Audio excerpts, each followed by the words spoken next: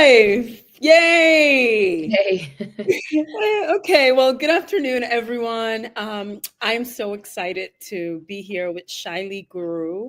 She is an AI product manager. Okay, so I met Shaili when she was a product manager, and before ChatGPT took over the world. Mhm. And so now is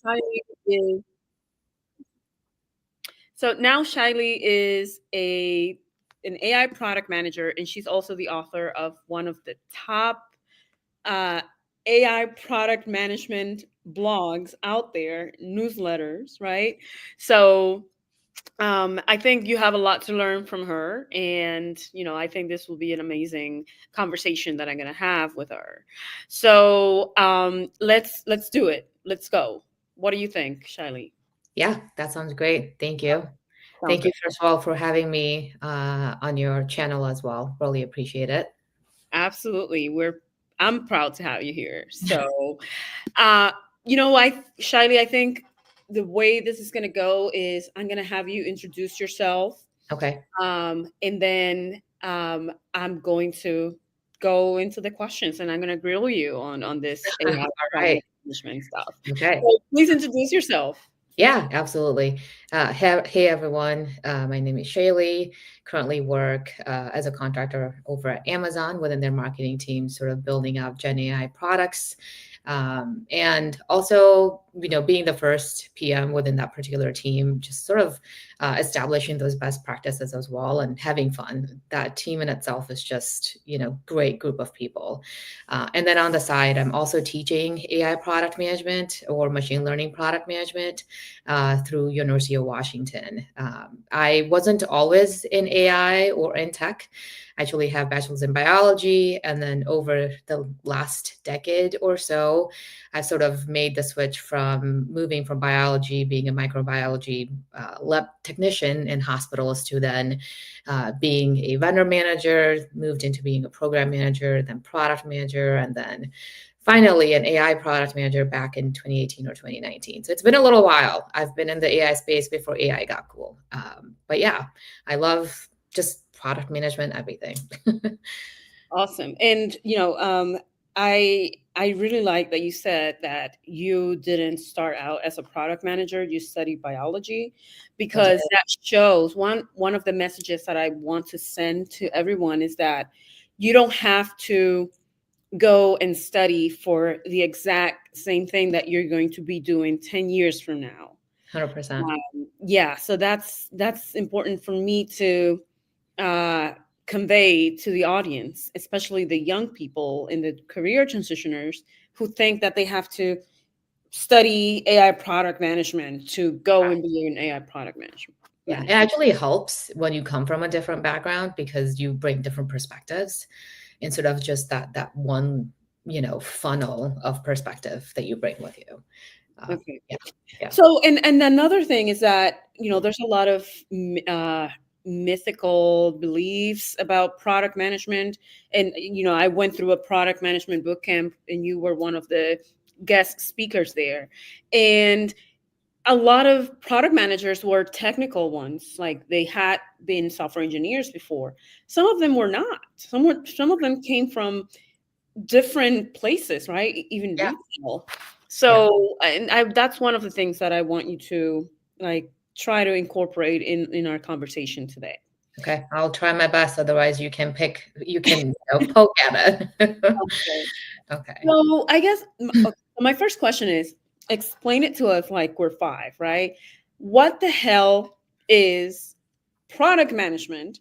And then Okay. what is AI product management? So, Yeah. what AI product management in simple terms, and then how does it differ from the traditional product management roles that we are all more familiar with? Yeah, yeah, absolutely. I'll actually take the other way around, right? So being a product manager, you're literally that glue, I like to call it, between the non-technical folks who are going to be your business folks, right? So your marketing team, your sales teams, and other teams that, or like even your customers sometimes might be non-technical, and then you're working with your technical team. So you've got your software engineers, your DevOps folks, right, designers for that matter, and then how do you translate those requirements between the two, right? That's one big thing. Also identifying customer pain point. I mean, let's not forget that. That's number one thing, and knowing that you're building the right product, right? Um, and now taking it one step further, AI product is how how it is different is going to be a lot of different layers, right? But AI is where there are two different layers to that too. One is going to be product managers who use AI, right, in their regular day to day to help their product management practices a little bit more easier. Versus the second one is going to be that they're actually building those models. They're gathering those requirements from customers, and or different teams internally or externally, and understanding, okay, can AI actually help? Right? Help us solve that problem. You're not going to be throwing AI everywhere. Otherwise, yeah, I like to compare it as a hammer that you're using in a house. So if a bulb goes out, you're not going to use hammer to fix that bulb. You're going to screw that bulb in. Otherwise, you're going to end up with a lot of holes in your product and your house. But the way AI product management is different are a couple of different ways. First, you're going to have your data strategy. Without data, you can't build AI. And so, data, right? Have the good quality data as well. Um, but but the rest of it doesn't go away, right? Like the product management things that I talked about, solving the right user problems, as well as stakeholder management skills are still going to be there when it comes to AI product management. But now you're just adding all of these little nuances on top of that. Technical complexity. So AI products involve navigating unique technical factors as well, like model selections, technical training methods, and computing requirements, right? So you're going to want to understand a little bit more in terms of what does that take to develop a model. Next is going to experimentation approach. This is where a lot of my biology research came in handy when I actually became an AI product manager. Is you will have a hypothesis, and then you'll go and see, okay, if your hypothesis is correct or not. So there is going to be a lot of iterations and a lot of experimentation that you're going to be going through, and that lot of uncertainty. So that's another aspect of it. And then metrics and evaluation is going to be, the way you are going to be evaluating your products, aka your models, and how the customers are interacting with it is going to be a little bit different. And then last but not least, and this is, I would say, the most important if your product is going to be touching externally, is those ethical considerations, right? Without it, boy, I'm just going to take a deep breath. It's going to be a pretty big deal. So don't forget that now in this day and age, AI PMs must proactively address issues like bias, transparency, and unintended consequences that are as prominent or weren't as prominent in traditional product management. So I hope that answers your question. That answers my question, but that is a lot. And I don't think Yes. one human being could be doing all of this plus the basic product management Hmm. things that they have to do. So, can you can you clarify how do you do all of that in Yeah. one, Yeah. you know? Yeah, that's a really good question. A lot of times that I worked, let's say, like for example, at Nike when I used to work with business product managers, right? So they would take care of a lot of, okay, are we solving the right business, or like they would come up with different customer problems, and then we'll say, okay, well, we can solve that, or do we even have data to start off solving that problem with AI, right? Otherwise, you are sort of on your own. And then the way I do it is you have to be organized. I create different streamlines or work streams, and then parallelly, okay, do we have the data? And then there are a lot of consequence. Oh my gosh. uh, not parallel, but like one after the other. I'm like totally drawing a blank today, but Like work streams. yeah, but like so without data, you can't build models, right? So don't even like forget about building models until you have that data, right? What does that data look like? So there are uh, steps that you can follow through. Some of the things like ethical consideration, you're going to have to start thinking about it from the very beginning. When it comes to metrics and evaluation, again, that can't happen until you have that model, you've developed that proof of concept that, it's even feasible to build this particular machine learning model or AI model in general. So, a lot of steps are going to be followed one after the other versus the other ones are going to be more parallel. So you're going to you just have to be organized more than anything else nowadays as a PM. Okay, so I want to like keep building on this question because Yeah. you mentioned a few things: data something, and then technical complexity, and then experimentation, and then metrics and evaluation and ethical considerations. So that's a lot for one person, right? But you still need to work with your stakeholders. You need to Mhm. work with the data scientists. You need to work with the ethical, ethics people, responsible AI people. So how much of that do you take on, and how much of that do you coordinate with other people? And also, um, like when you're building up, okay, you can answer that, and then I'll come back to the other question. Yeah, yeah. So how much? So the question is, how much do I take on out of all of that work versus how much do I pass on, right? Yeah. A lot of times it is up to me, right? Where I am as a product manager, you have to start making those requests yourself. Once you get that data, then the data engineer will come in and evaluate that data, right? Like in the data quality in itself. If all of that looks good, so like then you can pass on that work. But when it comes to, let's say, like ethical considerations, sometimes there is responsible AI teams that are being formed within organizations. So you could reach out to them from the very beginning and just let them know, here is something that we're planning on doing. What are your thoughts? Sometimes they might even have office hours, so attend those to better understand, is anyone else, what is everyone else building within your company, right? And sort of get that idea that if you will have to use their help in the first place. So you're not in this alone by yourself.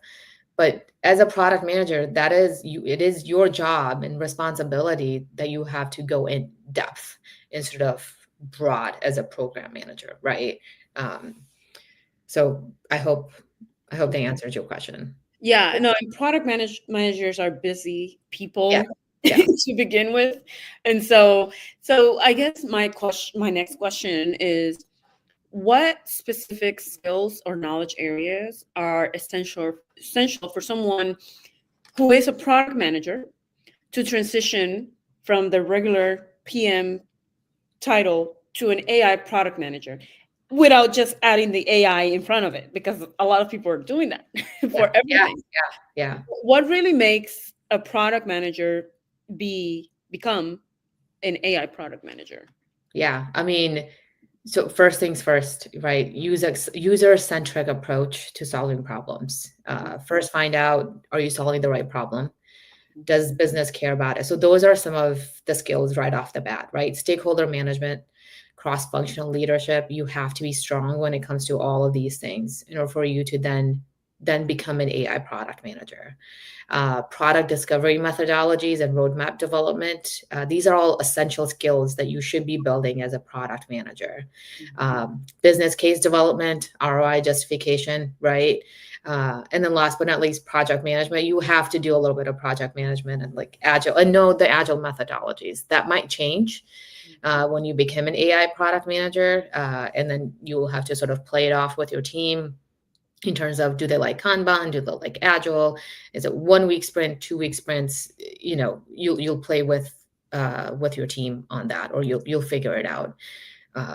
Yeah, so those are some of the skills that you'll be using a lot more, and you won't have time to sharpen that part of the knife, right? Because you'll be sharpening everything else, like understanding technical So like sufficient AI ML literacy, data strategy, and things along those lines. Okay. So those skills that you mentioned are It's, basic PM skills and product management skills, or are there any additional AI product management skills that you suggest? yeah, so the ones that I just mentioned right now are product management skills, right? Now, when it comes to AI product management skills, all the things that make AI product managers different, right? So, like going back to that data efficiency, technical understanding of those models, not necessarily like, okay, you're going to be using this particular model to detect this, right? Not that in depth. Sometimes you have to be that in depth as well, depending on organization. But you do need to know and understand what is supervised machine learning, what's unsupervised machine learning, reinforcement learning, things along those lines. Data strategy, right? Understanding data collection, data labeling, bias detection, infrastructure needs, all of those are, again, you're going to be building that as an AI product manager. Designing experiment, right? And evaluate how those experiments are coming along. Similar to those A/B tests that we do as an essential, like a product manager, but then now taking it one step up. Ethics and governance, and then managing the uncertainty. That is literally the hardest part because your executive or your leadership will want to know when you're going to be launching this particular product. Well, let me tell you, sometimes it might take you 3 months to just get that data, let alone play around with that data to build that proof of concept. So you just managing that uncertainty with your leadership is going to be hard. Hmm. Yeah. Okay.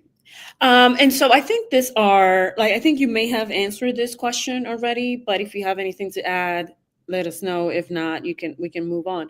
But which skills transfer directly and which ones need to be developed? And I think you did answer some of it, but Yeah, yeah.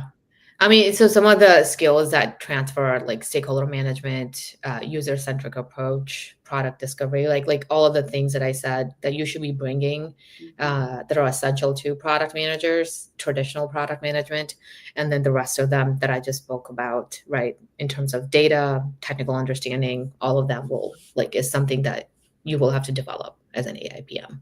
And how do you develop those? Do you mostly read, self-teach, take boot camps, courses, certificates? How do you do all of those things without going back?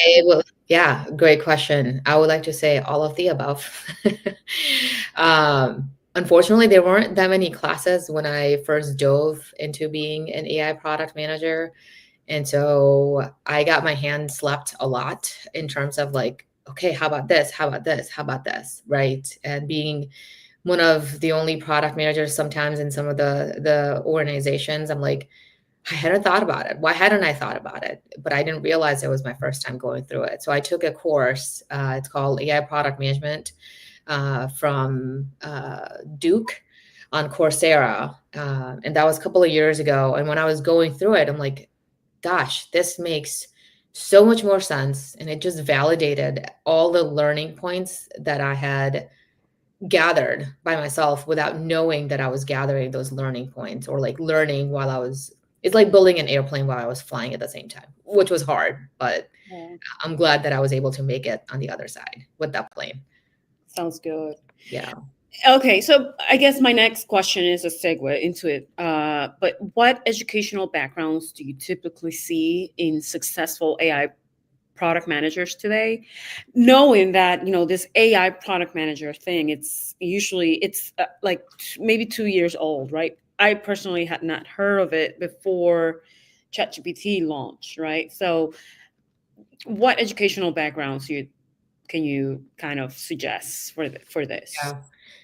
I don't think, I mean, okay, right off the bat, I can say like folks with, you know, computer science background it might be easier for them, but I'm not saying that you can't, right? I mean, I've done it with biology background. You just have to be open to learning and being curious and like just continuous learning. That's the path that we're on with AI product management. Even when Gen AI is being developed so quickly on a weekly or daily basis, even right now, we're all learning. Like MCP just came out, right? And now everyone's like, okay, what is MCP? We're going to go and like build it out. So we're still learning. What is MCP? Model context protocol. Okay, see, that's Yeah, new to and so me. that's it's like I said, right? If I am not always continuously learning as an AI product manager or just product manager in general, then I know I'm going to be falling behind. So it doesn't matter the background, I think, at this point in time. It's about what do you do, keep moving forward. But you do agree that a technical degree in AI or computer science or data science is ideal in It will this. be easier, but then at that point in time, you're going to have to learn product management. So what is more easier for you to learn, the technical aspect of it, or like that stakeholder management, like being able to talk to your customers aspect of it, right? So AI is like it combines AI product management combines both the technical as well as personal and or like the customer, and how do you bring it together?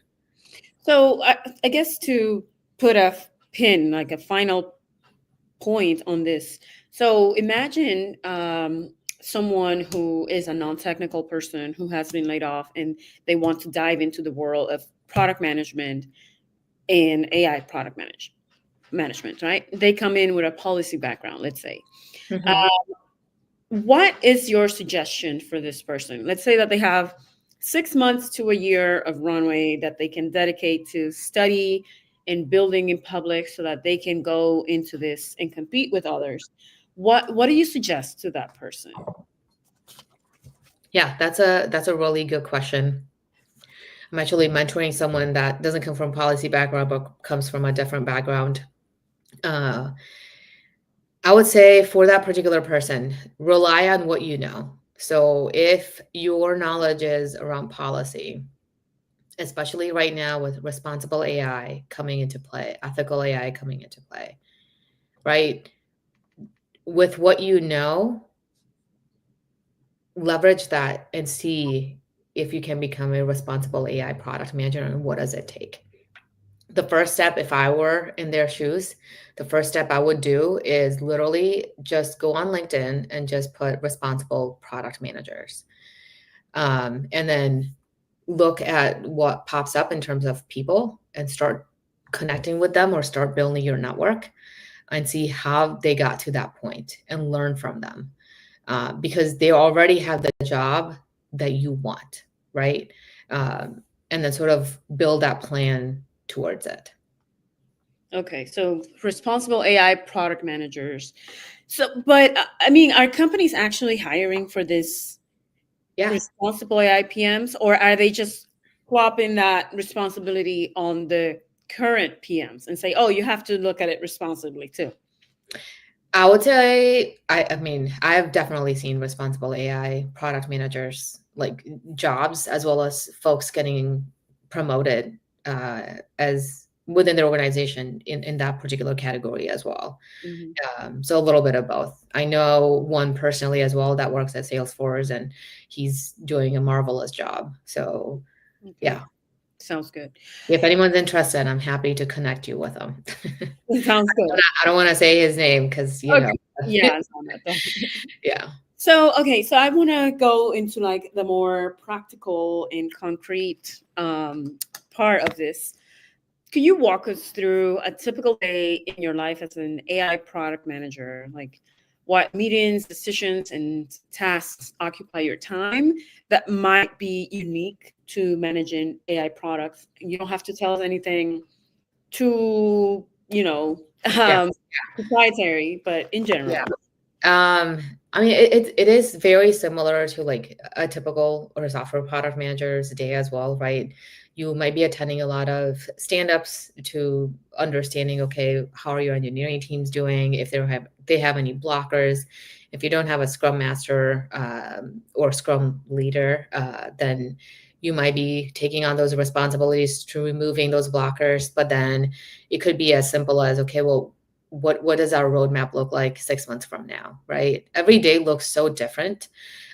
It's because when I was over at Nike, every project was in a different stage of their life. So some projects I was literally asking around for data. Some products I was taking a look at or were building out, and they were really in the middle of building out those proof of concepts. A lot of times I'm also talking to customers to better understand, okay, well, does this UI make sense, right? At that point in time, we didn't have Bolt or V0, so I couldn't create those prototypes. So I had to like hand draw a lot of those prototypes and get their feedback. But now with the new tools coming out, it's so much more easier. So every day will not be the same, which is a good thing because then I get bored if I was doing the same thing every day. Yeah. Okay, sounds Yeah. great. Cool. So, I mean, I'm curious. So, for example, with products like at Nike, right, where the product is a sneaker or clothes, um, what does an AI product manager do in a company where things are more, hardware or concrete? It's not software. But it is, right? Because how are you developing materials? There is tons of data, tons of material that goes through with it. Even when how do you think the Nike store that could be near to you gets those shoes, right? So there's supply and demand. So there is a whole machine learning AI infrastructure that you can place at that point in time. Nike does a lot of limited releases in like events per se, where they make footwear just for that particular event, and that event might be happening at like 7 o'clock in the morning. There are a lot of bots that then go and like start purchasing those particular footwear.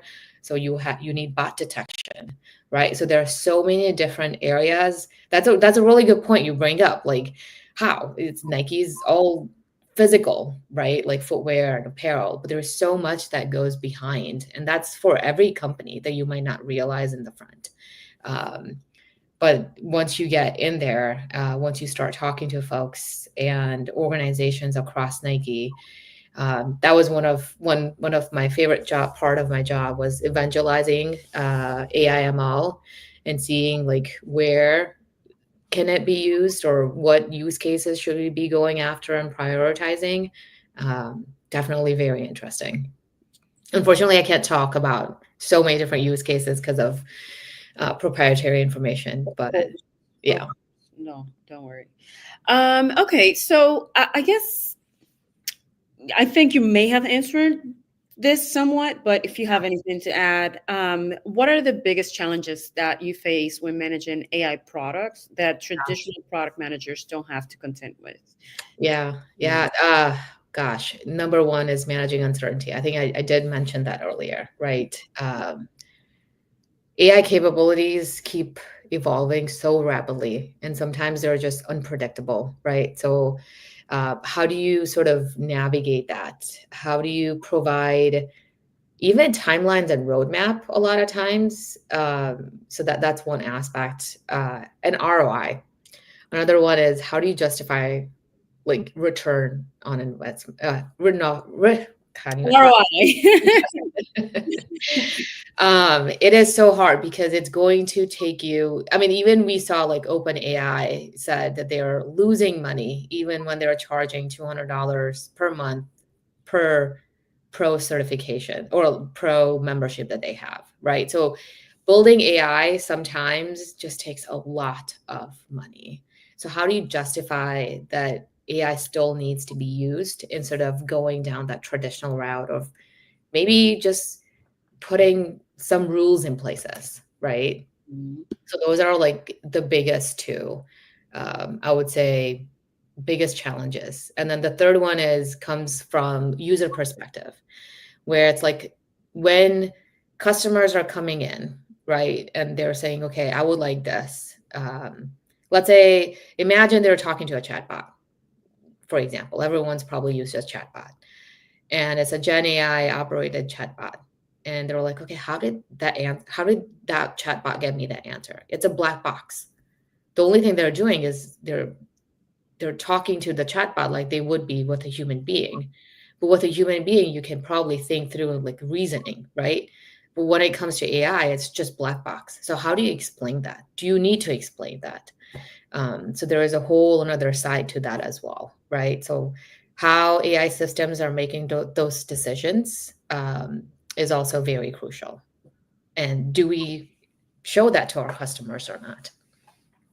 That's a great point. Like, that whole transparency and, you know, all of that. Yeah, yeah, And I exactly. think there's also the like the accountability thing. Like, um do you take the fall if something goes wrong with this AI product? Like, who takes the fall? Like, Yeah, yeah. Who is responsible in the end, right? right, Yeah, right. yeah. That's where a human in the loop would be necessary, right? Depending on where you're placing that AI, right? If it's to do with medicine, if it's to do with like life-threatening, then I would rather have a human involved there as well. Yeah. Yeah, Okay. And how do you approach these challenges? Because for me, like, that sounds like a lot of responsibility for one product manager or one function to take on. So, how do you balance that with other people in the business? yeah. I mean, at any point given time, so first you start off with proof of concepts, right? You're starting very, very small. Once you start productionizing that particular model, that's where a lot of other like ethical teams, responsible AI teams will also come into play more frequently. And sometimes you just have to take that risk, right? But how big is that risk that you're willing to take? And sometimes you might be that VP that gets to make that decision, right? I don't get paid the big bucks yet. And so I always consult with leadership to better understand, okay, are we willing to take that, leap? Are we willing to take that risk? Okay. Yeah.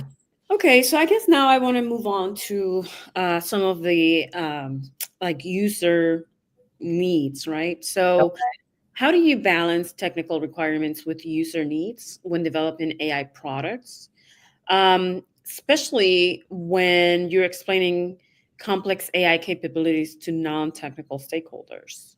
Yeah. Yeah. Yeah, I think you might have mentioned some things, but really would like to dive deeper into that. Yeah. I would say I always start with user problems, right? Not that we have this AI, where can we go place it? So that's number one. Start with the users and what problems are we solving of the users. Um, next is whenever I am talking to non-technical folks, I want to better understand where they're coming from. So if I'm talking to the finance team, and I'm trying to better have them better understand AI, then I use analogies that comes from finance. If I'm using to marketing, if I'm talking to marketing teams, then the analogies will switch. It always helps to meet them more than halfway. Meet them where they are versus having them to meet where we are, right? Because that's a bigger leap right now. I'm hoping that at one point in time, like we are with product managers, traditional product managers, everyone's able to sort of leverage each other's lingos or language. Moving forward, though, I mean, right now we'll have to make that jump ourselves more. Mhm. Yeah, Gotcha. yeah. And what frameworks or methodologies do you find most effective for measuring the success of AI products? Since traditional metrics might not always apply when it comes to AI products. Yeah, actually, just going back to the other one as well, right? I also want to make sure that we're talking about like the outcomes as well for business, right? And not necessarily just focusing on algorithms. And that as an AI product manager, you have to understand.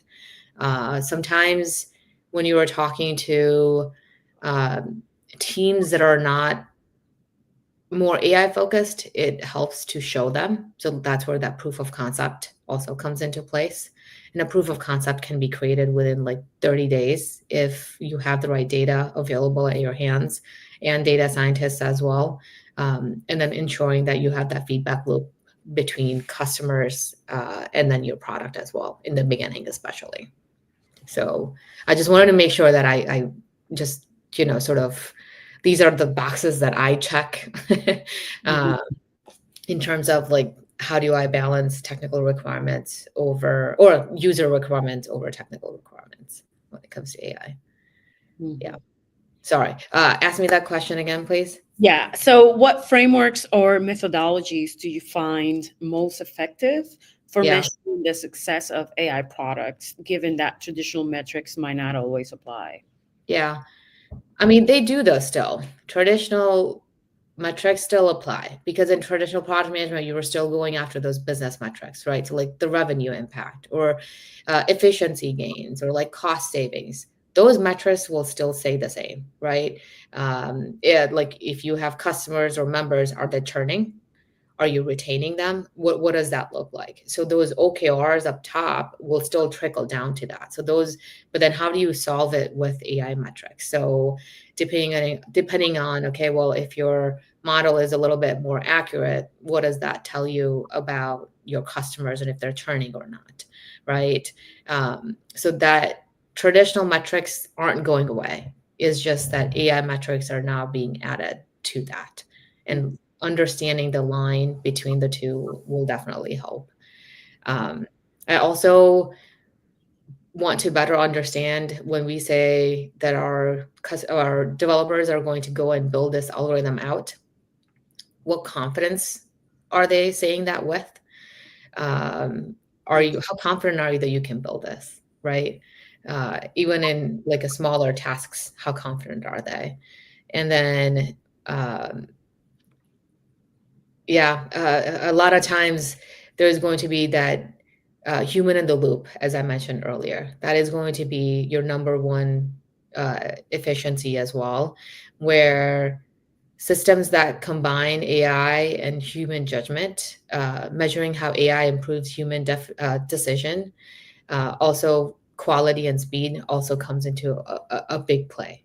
And so having human involved a lot of times, depending on what products you're building and where AI is being used, um, will come in handy. Sounds good. Yeah. Okay, and how do you incorporate ethical considerations and responsible AI principles? To go back to that, I'm sure there's going to be a lot of interest in that in the next few months, few years. How do you incorporate those considerations into your product development process? And do you find that this is becoming a more significant part of the role? That's a good question again. Um, I would say similar to if you're bringing AI in, right? It's going to be changing something. So like similar to change management, how if you're implementing a whole new process or you're switching out one step in that process, you're going to need change management. And you have to start thinking about management from the very beginning. Ethical AI, responsible AI is very similar, right? With AI, at every stage or every step, if it's an internal customer that you're trying to build this AI for, it might look a little bit more different versus if you're building it for external consumers, then you have to start thinking about it from the very beginning, as I mentioned earlier. So it's a parallel process. When you get that customer problem that you know that you're passionate about, that you've already gotten the funding, start thinking about where ethical AI, responsible AI will come into play as well. So from the very, very beginning. Yeah. Okay. And yeah. Okay. Okay. So now I want to, we're coming to the end of the interview, but I want to, this is a Tech Careers of the Future is the name of the channel. So my focus is on careers and, the next 3 to 5 years and career growth, right? So, do you believe that AI product management is a career of the future, and why? And, I can repeat this second part of the question, but what trends are you seeing that suggest that this role will grow or not in Yeah. importance? Oh boy. We've all heard Claire Vaux said product management is going to be dead, right? Who said that? Claire Vaux. Oh, I did not know that. I think the definition of product management is just going to be a little bit different. Okay. Yes, there are a lot of different ways AI can be utilized to make product managers' job a little bit more easier, right? But you're still going to be the person that is going to be taking a look at, okay, is that the right customer problem to go solve? AI can also do that right now. But I think it's just going to grow. Right now, what we do is we do um, customer discovery, user problems, or find out the problem first, then do customer discovery a little bit more, problem discovery, market analysis, right? Like the Porter's five forces, you kind of sort of run through it if you need to go and build out this product or should you build out this product. But moving forward, you're going to have to take it one step further, right? I called it, I think, in one of my posts, like full stack product management, where now you're going to have to go and start building out that prototype as well instead of having to rely. I'm not saying that product designers are not going to be there, that you can't utilize them, but a lot of times in a lot of my teams, I just haven't had product designers. So I'm the one that's also prototyping that particular product or the feature. And so the full stack product management will go from literally from an idea to then also that what will that product look like, right? And then iterating on what that product looks like before you go and start developing that product in itself. So, Okay. So, if you yeah. go ahead, sorry, go ahead. No, no, no, go for it. If you could, I know it's not a yes or no question, but Yeah, if you could, it's not, it is a tough question right now. Yeah. right. So, is it yes or no, or it depends, or is it will evolve?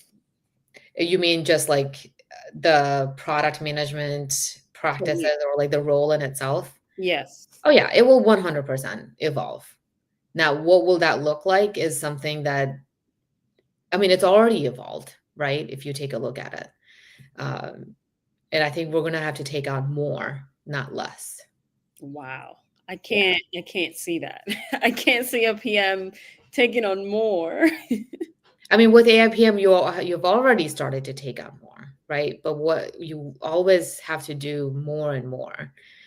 Even developers, right? My husband and I both work in tech. We were just chatting where I think what is going to be required as a first level software engineer is going to be at a different level. So like 10 years ago, what was required is going to be now that similar skill level is going to be required by junior software engineers, right? Because they are able to use AI.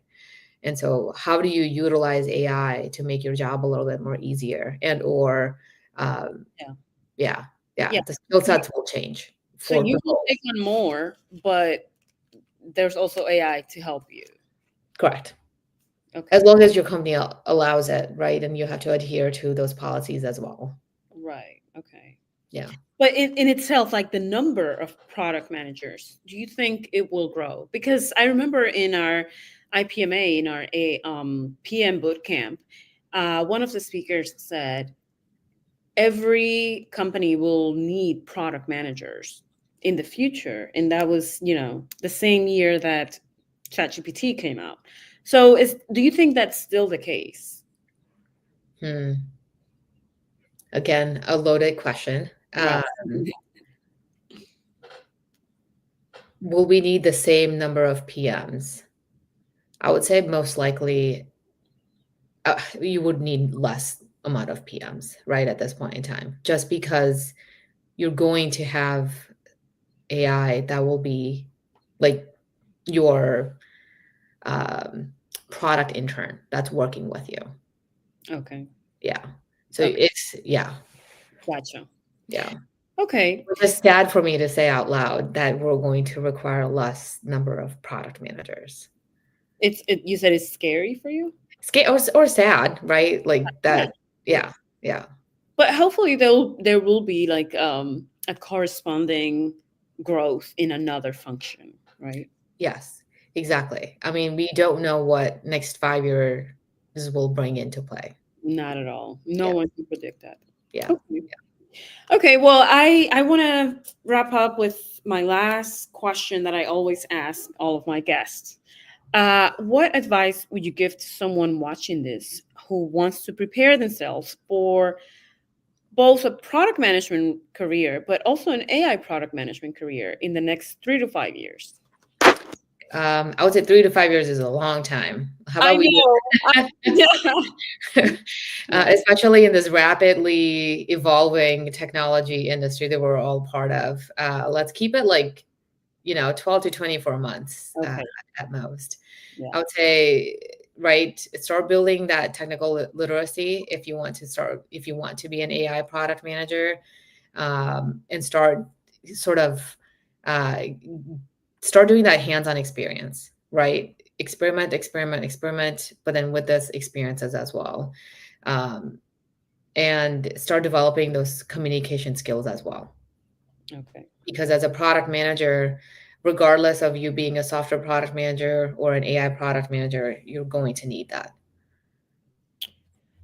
Okay, let me just dig into a little bit more. Yeah. When you say technical literacy, Yeah. so can you provide like specific examples like learn Python, learn SQL, or just play around with the different LLMs? Like, can you expand a little bit on that? Yeah. I would say go and start with foundations, right? What is AI? Learn supervised machine learning, unsupervised machine learning, slowly move into deep learning neural networks. You don't need to know it 100%, but you knowing and having those language in your back pocket will help you interact with your technical teams a lot more easier. So Which that languages did you say?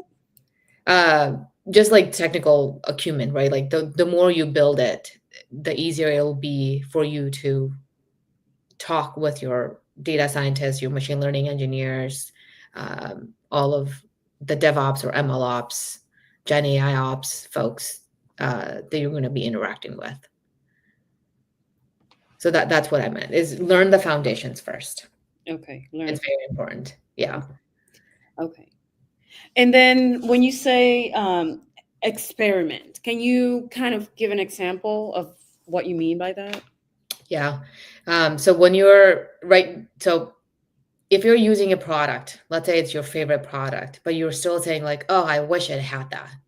Go and build it out, right? Mhm. Bolt is a great uh, product that I've been using lately, where you can just feed it a screenshot and you can literally use your words that, hey, can you create this particular screenshot like right then and there? I actually just did that today and posted on LinkedIn.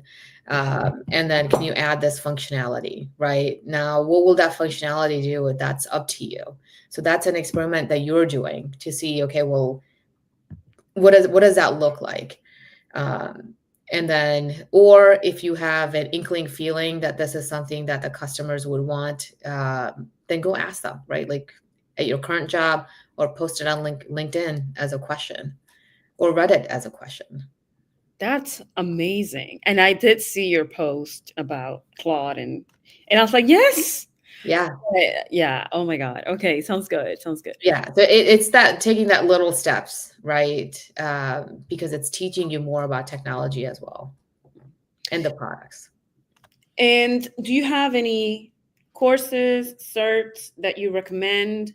Any languages like Python, SQL that you recommend learning? And any other tools? You mentioned Bolt, right? Is it BOLT? Yeah. bolt.new, NEW. Okay. Yeah. So can you like just share those educational resources, tools, certs, languages? Yeah. I mean, I'm teaching AIML, course right now, certification course through University of Washington. So that's one aspect. I mean, I have to sort of toot my own horn, Mhm. and that one is pretty good. But you will need product management experience for about at least 3 to 5 years, and for you to then qualified to come Mhm. learn with us. But there are other, right? Marilee Nika does. I've heard. I haven't taken her course yet, but Marilee Nika does a pretty good job of sort of bringing you along in this journey as well of AI product managers. So that's another, or just pick up a book too, right? Like, or ask ChatGPT, what's the best way to learn about AI if you're not using AI to learn it? But make sure it's not hallucinating. So you want to make sure uh, that you, or Perplexity is another good source where it does provide you links in terms of where they got that particular statement and or fact, and then you can click on the link, and sometimes that link will take you to the right collection of the article, and sometimes it might be a fake link, so just double check on that. From my experience is what I'm telling you, it might have gone, it's gone a lot better now versus what it was a year ago. Awesome. It hallucinates less. Yeah. Which is a good thing. Yeah. Okay, well, thank you so much, Chiley. I really appreciate your time and you taking the time to talk to us about AI product management. And Yeah. I'm really looking forward to sharing this more widely with my audience. Awesome. Oh, yeah. Well, thank you again for having me. Really appreciate it. Let me know how else I can help in the future. Sounds good. Thank you. Thank you. Uh,